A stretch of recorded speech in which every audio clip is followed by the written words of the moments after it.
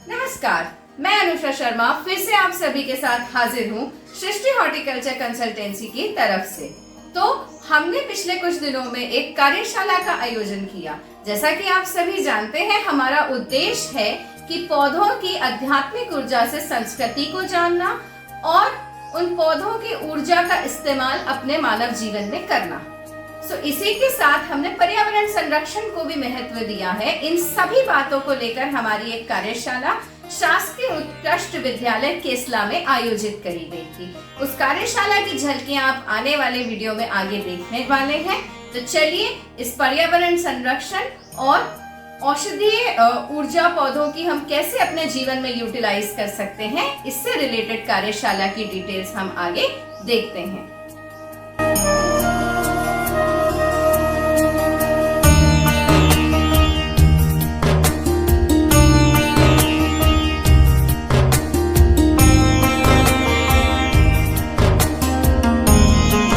Horticulture की एक website है www.srishthihorticulture.com।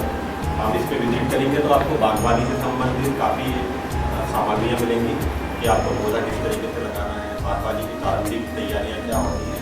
देखिए, बागवानी हम सभी का हिस्सा है ना। आप घर के सब लोग, घर में आंगन होगा, ठीक है, टेरिस होगा, है ना, जो छत होगी, ठीक है, कुछ लोगों के पास अपनी खुद की कैसी भूमि होगी, आप खेती करते होंगे या आपके पिताजी खेती में इन्वॉल्व होंगे या खेती में मजदूरी करते होंगे, तो हम कहीं ना कहीं प्रकृति से जुड़े हुए हैं। बागवानी के रूप में हम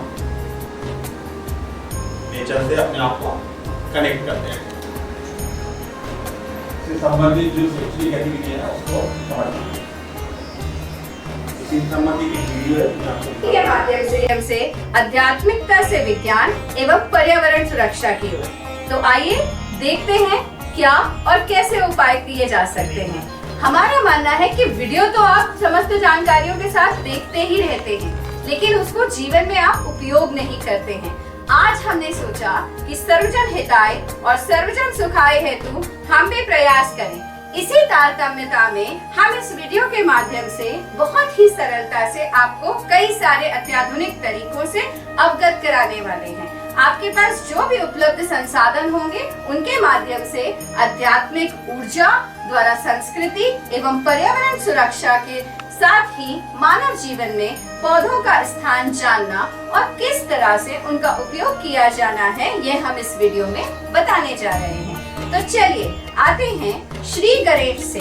हमारा प्रथम प्रयास गणेश जी की मूर्ति के बीच हमने पेड़ पौधों के बीच अंकुरित किए हैं। पर्यावरण सुरक्षा का कार्य उपरोक्त जानकारी अनुभवी विद्वान और वास्तुशास्त्र पर आधारित घर में आधुनिक सर्व सुविधाओं से युक्त नवग्रह वाटिका तैयार की गई है और इसी का विधि विधान से पूजन सर्वजन हिताय सर्वजन सुखाय हेतु तैयार है। आप इस वीडियो के माध्यम से उसे देख सकते हैं।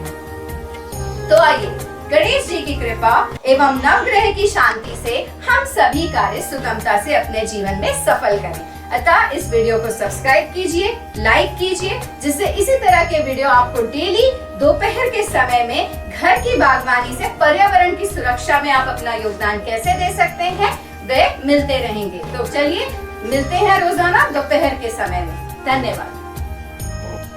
पूछे कि हम चर्चा कहाँ से आरंभ करें या आप कल को क्या करेंगे पढ़ने लिखने के बाद में, उसके विषय में हम आपको कुछ बात बताए। पर्यावरण साथियों, जैसा कि आप सभी जानते हैं कि आज इको संकट हमारे सामने बहुत बड़ा संकट है और हम किस जगह आकर के खड़े हैं, आज हमको इस पर चिंतन करने की जरूरत है। सनातन धर्म का एक धर्म ग्रंथ है मत्स्य पुराण, जिसमें सृष्टि के आरंभ से अंत तक का वर्णन लिखा हुआ है। और मत्स्य पुराण में लिखा है, यत्र तत्र भूविस्थांचा कदाचित भूकंपनम क्वचित वृष्टिर्न वृष्टि जायते तस्मिन् क्षणे। अगर धरती पर ये घटनाएं घटने लगे तो मानव जाति को समझ लेना चाहिए कि हम महाप्रलय के निकट आ चुके हैं। पिछले दिनों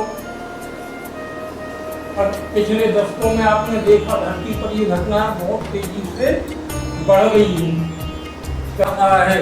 तो इकोसिस्टम हमारा बहुत ज़्यादा बिगड़ गया है। अगर हम आपसे कहें पर्यावरण के विषय में बहुत पढ़ा होगा, लेकिन पर्यावरण है क्या, इसके विषय में कभी आपने सोचा?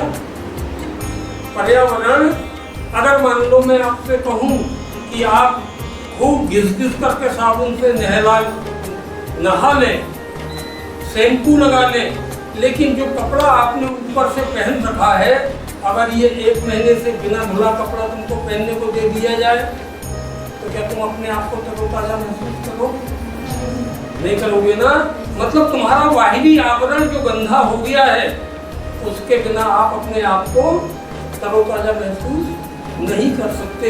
इसी प्रकार हमारे धरती का जो बाहरी वातावरण है, जिसको हमने लगातार दोहन करके नष्ट कर दिया।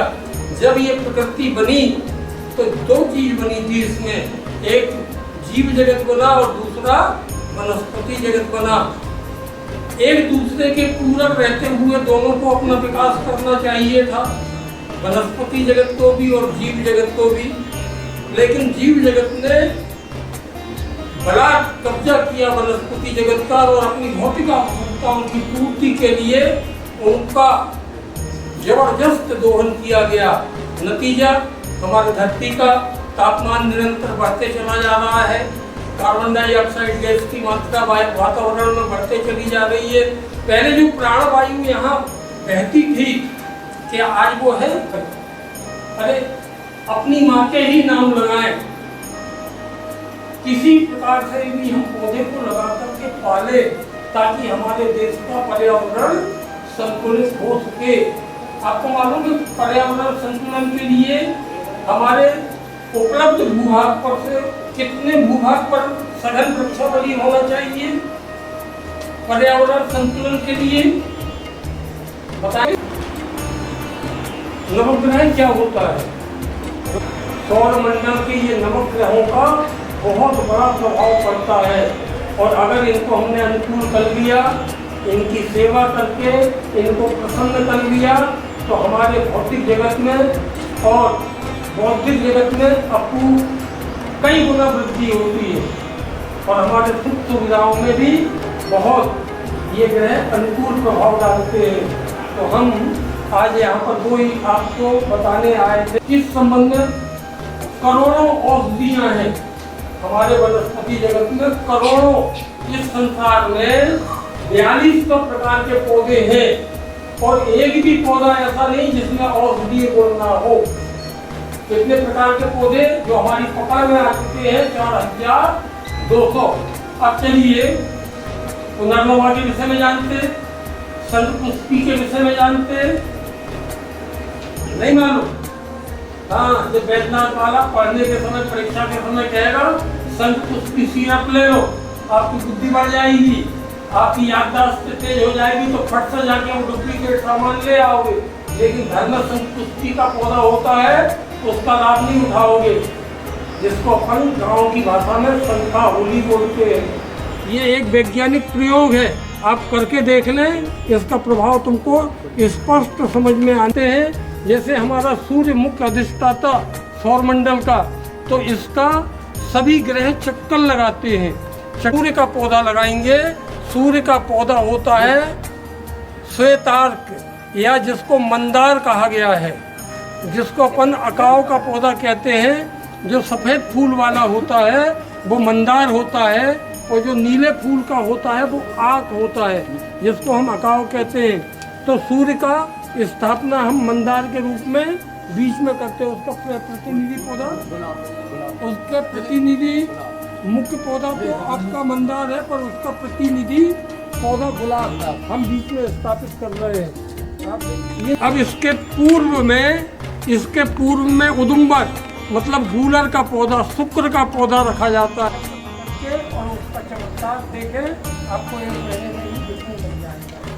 ये पूरा तंत्र विद्या है, ये वृक्षों पर आधारित तंत्र है, और इसकी इस प्रकार से स्थापना करके आप इसके लाभ धन्यवाद। तो देखा आप सभी ने कैसे नवग्रह वाटिका और पौधों की औषधीय ऊर्जा को हम अपने मानव जीवन में यूटिलाइज कर सकते हैं। बच्चों ने भी इसके बारे में जानकारी ली। इसी तरह के कार्यक्रम हम आगे भी अन्य संस्थाओं में करते रहेंगे। अगर आप चाहते हैं कि आपसे जुड़ी किसी संस्था में भी हम इस तरह का कार्यक्रम करने आपके यहाँ उपस्थित हो, तो आप दिए गए नंबर्स पे डिटेल्स अपनी भेज सकते हैं, हमें कॉल या व्हाट्सएप कर सकते हैं। तब तक के लिए आप हमारे चैनल को लाइक कीजिए, सब्सक्राइब कीजिए, बेल आइकन दबाना ना भूलें। धन्यवाद।